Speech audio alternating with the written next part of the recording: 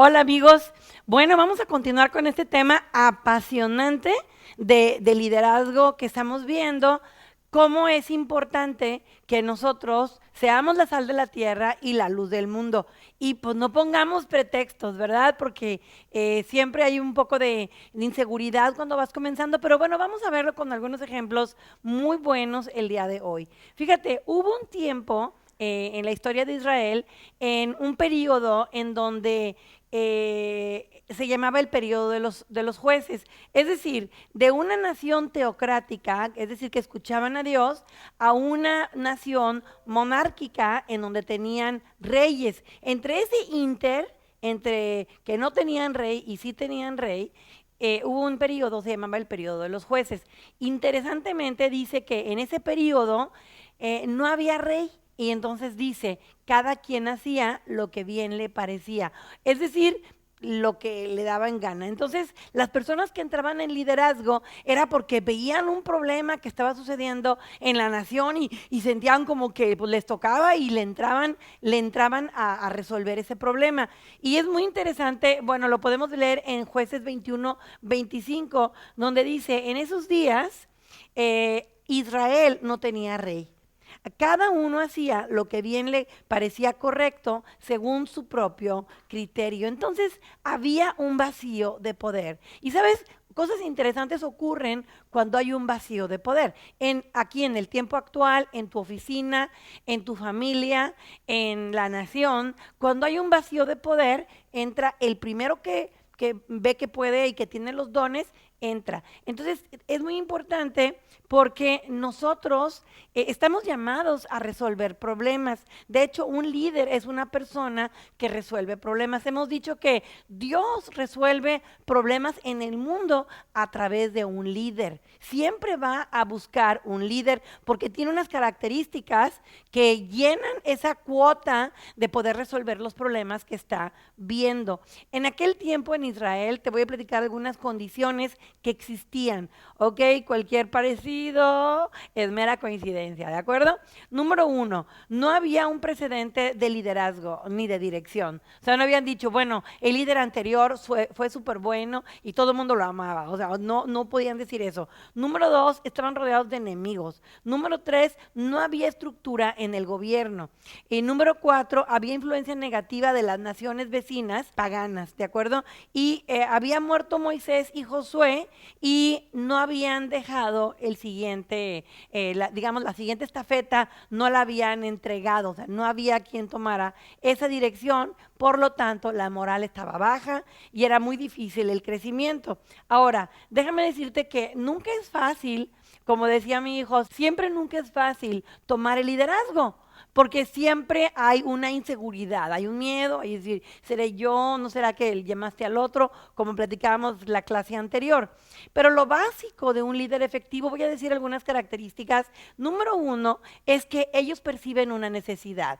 Tú percibes una necesidad. Como decimos aquí en la casa, si tú lo ves, a ti te toca. Esa necesidad enciende una pasión dentro de la persona. Esa persona actúa en respuesta a esa necesidad que está viendo.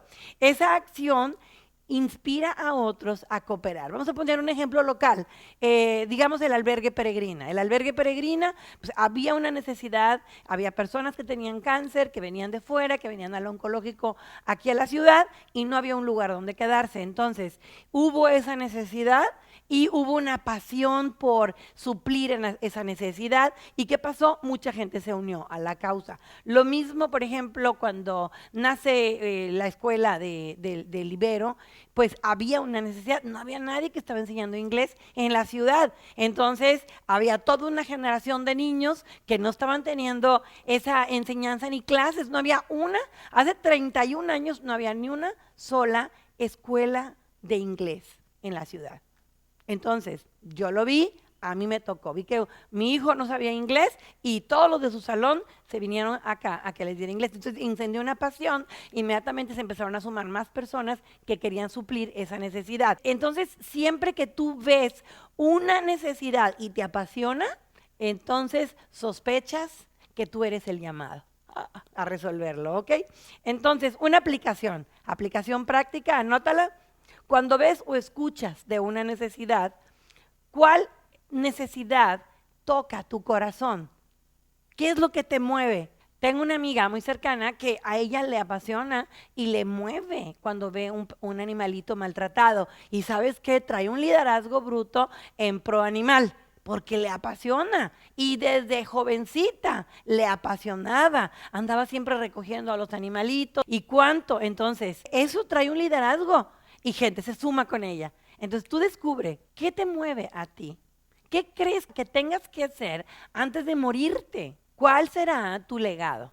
¿Ok? Esa es la número 1. Fíjate, número 2, un líder posee un don que resuelve un problema. Ese don puede ser un don de misericordia. Ejemplo, en grupo de hospitales. Las personas que se mueven en grupo de hospitales, que van a visitar a los enfermos o a los parientes de los enfermos para orar por ellos, para suplirles un alimento, tienen una pasión adentro de ellos, tienen un don de misericordia y muchos lo siguen y se atraen del mismo tipo. Las personas que tienen ese mismo don van con esa persona y surge un líder ahí, ¿no?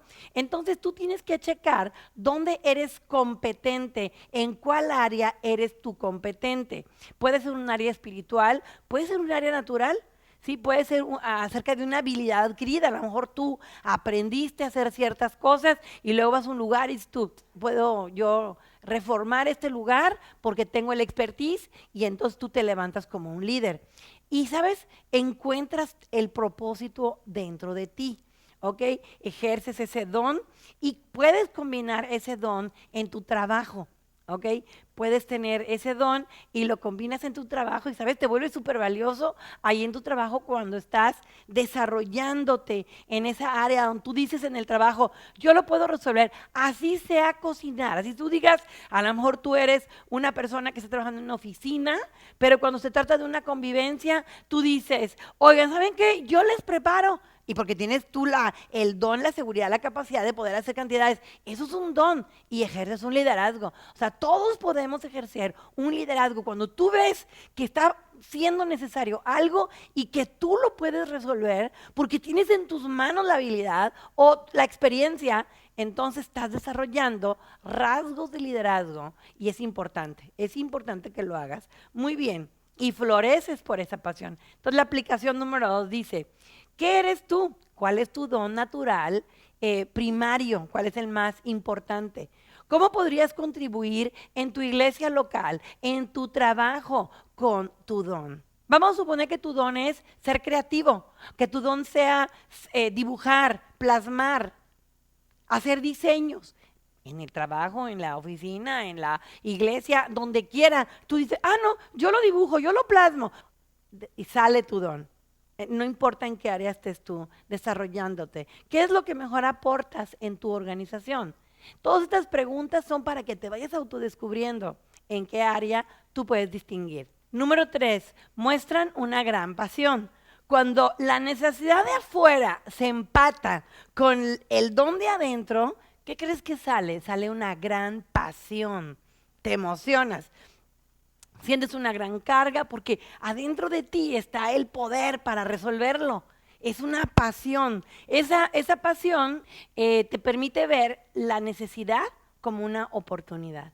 Y la pasión inclusive te suple la falta de recursos. A lo mejor no hay todo, pero tú puedes. Yo con poquito hago todo porque sientes que lo puedes resolver. ¿Ok? Entonces, la aplicación. ¿Qué te apasiona a ti? ¿Qué te parece tan importante que te obliga a levantarte a actuar, que no te deja quedarte así nomás viendo que las cosas pasen? Analízalo. Número 4, persuaden a las personas, contagian con su pasión, se les facilita conectar con las personas en cuanto a ese tema. Como mi amiga que le gustan todos los animales, nomás pone un post y ¡chum! Se le llenan de comentarios y de apoyo y llega el recurso que ella necesita para ese animalito que lo van a operar o lo que sea. Entonces, esa pasión hace que la demás gente, tú puedas persuadirla y se contagian. Los líderes no actúan solos, fíjate, sino que siempre tienen seguidores, ya que el proyecto que ellos tienen es más grande que ellos. Ok, te voy a dar algunos ejemplos de la Biblia interesantísimos, apasionantes. Uno es Gedeón. Este Gedeón se encuentra precisamente en el libro de los jueces, en el capítulo 6. Les voy a pedir que lean toda la historia. Si lo leen en una versión de nueva traducción o lenguaje actual o algo, es una historia impresionante y puedes resaltar estos puntos que te estoy diciendo. Fíjate cómo Gedeón comienza siendo totalmente inseguro, totalmente cuando un ángel se le aparece y le dice, hombre valiente y esforzado, y Dios te está buscando a ti para que tú liberes a Israel. Y él dice, ¿cómo crees que yo? No, si yo no puedo, estoy chiquito, somos de la tribu más pequeña, ¿cómo crees? Y no lo puede creer.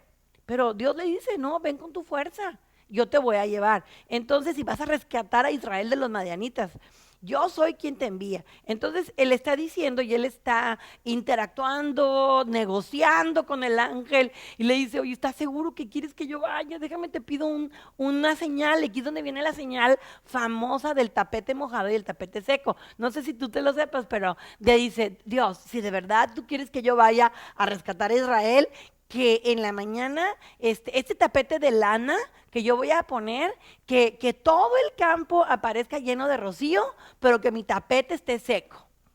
Y Dios dice, va. Entonces fíjate cómo Dios sí le interesa que tú pidas señales. A mí me encanta, yo los he pedido, continuamente lo comparto. Y luego, al otro día, ¿qué crees que pasó? Amaneció todo el campo lleno de rocío húmedo y el tapete seco. Y bueno, no le fue suficiente, dijo, ay Señor, perdón, pero ¿y qué te parece si ahora lo hacemos al revés? Que todo el campo amanezca seco y mi tapete amanezca mojado. Y dijo Dios, va. Entonces al otro día, ¿qué crees que pasó? Pues amaneció todo el campo seco y el tapete dice que lo pudieron exprimir. Eso lo puedes ver en Jueces 6, 33 al 40. Ahí está toda la historia. Ojalá que la puedan leer en la rama y se gocen de cómo Dios contesta y lo tomes como un modelo para ti. Porque cuando tú estés liderando, vas a necesitar también que Dios te confirme que si no te estás aventando como el borras o si Dios realmente te está enviando, pide señales, Dios te las va a dar. ¿Ok? Ok, bueno, y luego, ya que dijo, ok, sí me llama Dios, entonces se levanta con esa pasión para liberar a Israel y se le empiezan a juntar gente y gente y gente, de tal manera que se le juntó demasiada gente. Y Dios dijo, no, sabes que son demasiados. Entonces, si tú ganas aquí la batalla, va a decirse que fue con tu fuerza y no fue con el poder de mi mano. Entonces, vamos a hacer una señal para que regresen algunos. Eso lo puedes ver en Jueces 7:4. Dice, pero el Señor le dijo a Gedeón, todavía son demasiados, ya habían diezmado el número del ejército y todavía a Dios se le hacía como que eran muchos. Dice, hazlo descender al manantial, yo los pondré a prueba para determinar quién irá conmigo y quién no. Lo que quiero mostrar aquí es que cuando hay una gran visión, la gente te sigue, la gente te sigue, claro que sí. Ahora te voy a dar otro ejemplo de una mujer. Esta es Débora, también en Jueces. Es en el capítulo anterior, está un problema muy fuerte nacional y Débora, dice en el versículo Jueces 4:4, la esposa de Lapidot era una profetisa, o sea, tenía un don muy claro de visión, de cómo tenía que ser las cosas y eso le dio esa influencia. Dice que era la esposa de Lapidot, era profetisa que en ese tiempo juzgaba a Israel. Ella era una juez. Solía sentarse bajo la palmera de Débora, entre Ramá y Betel, en la zona montañosa de Efraín, y los israelitas acudían a ella para que los juzgara. Ella se sentaba ahí en la puerta de la ciudad, entre esas palmeras, y le llevaban todos los casos. Tenía sabiduría, tenía discernimiento, tenía conocimiento, podía ella discernir entre lo que era correcto y lo incorrecto, era una excelente juez. Y un día Débora mandó llamar a Barak. Fíjate, Barak era el general del ejército. Cuando tú tienes una seguridad de una respuesta, tú puedes llamarle. Si Dios te da una línea, tú puedes llamarle a una persona en autoridad. Ella le llamó a una persona en autoridad y le dice, Dios dice que vayas acá y que vayas allá porque te va a dar la victoria. Y aún el general le dice, no, pero si tú no vienes conmigo, yo no voy. Y dice, bueno, voy a ir contigo, pero no va a ser tuya la victoria, va a ser de una mujer. Bueno, está padrísima la historia, me gustaría muchísimo que la leyeras. Y aquí la reflexión y la aplicación es, ¿quién te sigue a ti? ¿Te siguen personas mayores? ¿Te siguen jóvenes? ¿Te siguen niños? Tiene mucho que ver con tu carisma, mucho que ver con tu llamado. Así que ponte sensible y también analiza dónde y cuándo eres influencia en las personas. ¿Ok?